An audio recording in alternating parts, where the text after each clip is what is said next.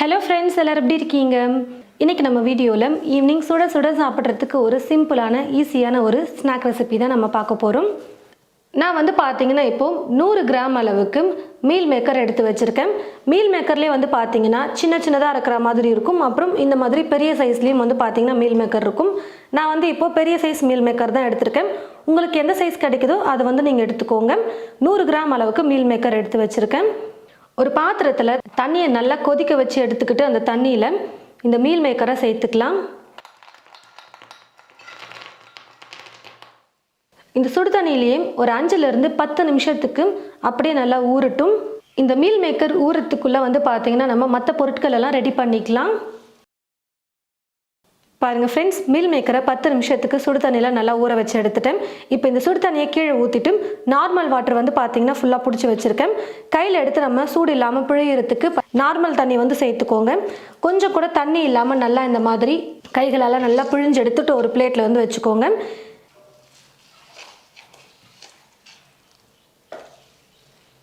இந்த மாதிரி எடுத்திருந்த எல்லா மீல் மேக்கரையும் தண்ணி இல்லாமல் நல்லா பிழிஞ்சு எடுத்து வச்சதுக்கப்புறமா ஒரு மிக்சி ஜார் எடுத்துக்கிட்டு அந்த மிக்சி ஜாரில் காரத்துக்கு 4 வரமிளகாய் சேர்த்துக்கிறேன்.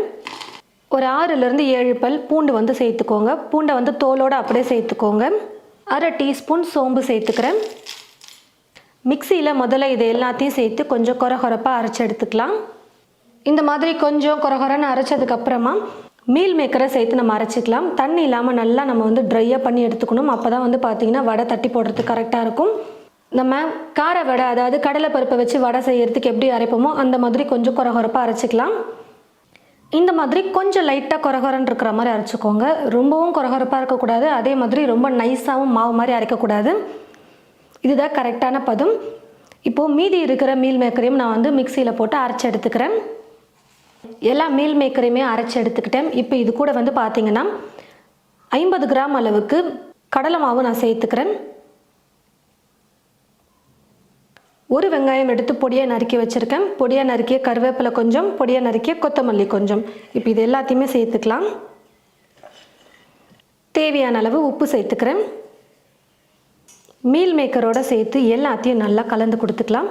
கடலை மாவு சேர்க்கும் போது நல்லா ஒரு பைண்டிங் கிடைக்கும். அப்போது வடை மாதிரி தட்டி எண்ணெயில் போடும்பொழுது ரொம்ப ஈஸியாக இருக்கும். உருண்டை பண்ணி நம்ம வடை மாதிரி தட்டுறதுக்கு கரெக்டாக இருக்கான்னு பார்த்துக்கோங்க. ஒரு வேளை ரொம்ப இலக்கமாக இருந்துச்சுன்னா கடலை மாவு எக்ஸ்ட்ரா கூட சேர்த்துக்கலாம். ஆனால் இப்போ நான் பார்த்தீங்கன்னா 50 கிராம் கடலை மாவு சேர்த்ததே எனக்கு கரெக்டாக இருக்குது. கடாயில் எண்ணெய் ஊற்றி வச்சுட்டேன். எண்ணெய் நல்லா காஞ்சிருக்கான்னு சொல்லிட்டு கொஞ்சமாக மாவு எடுத்து போட்டு பாருங்கள். எண்ணெய் நல்லா காஞ்சதும் நம்ம தட்டி எடுத்து வச்சுருக்கிற இந்த மாவை எண்ணெயில் போட்டுக்கலாம். தீ ரொம்ப ஃபுல்லாக வைக்காமல் கொஞ்சம் குறைச்சி வச்சுட்டே குக் பண்ணிக்கோங்க. அப்போ தான் பார்த்தீங்கன்னா உள்ளே நல்லா வெந்து வரும். நம்ம கடலை மாவெல்லாம் சேர்த்துருக்கிறதுனால நல்லா வெந்து வந்தால் தான் சாப்பிட நல்லாயிருக்கும். மேலேயும் கரெக்டான கலருக்கு மாறி வரும். நம்ம தீ ஃபுல்லாக வச்சுட்டு குக் பண்ணும்போது மேலே சீக்கிரம் பொன்னிறமாக கலர் மாறிடும்.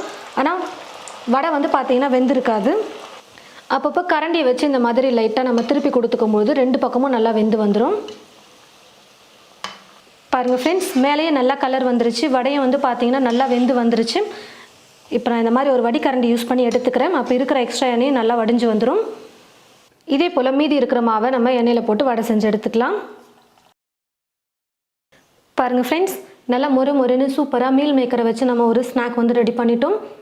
வடை சாப்பிடணுன்னு ஆசைப்பட்டீங்கன்னா பருப்பெல்லாம் ஊற வச்சு செய்கிறதுக்குள்ளே ரொம்ப டைம் எடுக்கும். அந்த சமயத்தில் இந்த மாதிரி மீல் மேக்கரை வச்சு நீங்கள் வடை செஞ்சு கொடுத்தீங்கன்னா எல்லாருமே ரொம்ப விரும்பி சாப்பிடுவாங்க.